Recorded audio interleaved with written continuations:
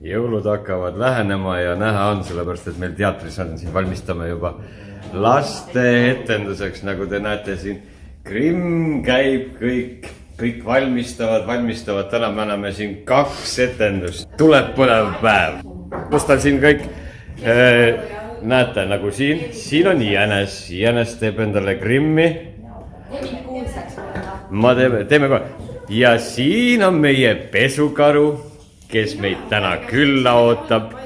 Meie konnakene koob juba valmis neid ilusaid jõuluasju. Ja kes meil veel on siin, meil on valmistatakse meil siin mõmmi.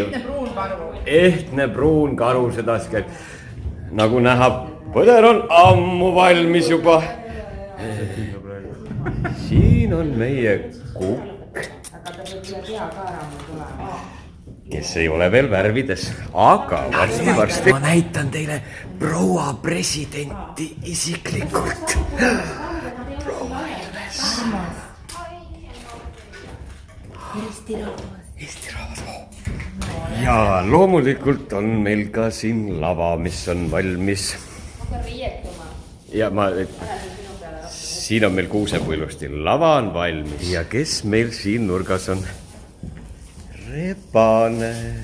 Halloo, sa oled teis? Ai, kui sa lagavaldad. Tähele pane. Sul oli see gitarri veel rikk. Esimene etendus on tehtud, kõigil on rõõmus meel. Nüüd Margus tegi meile hästi head suppi, saame väikse lõuna teha, kõhud täis süüa. Ja siis uuesti meik peale ja uuesti lavale, nii et päev on põnevust täis.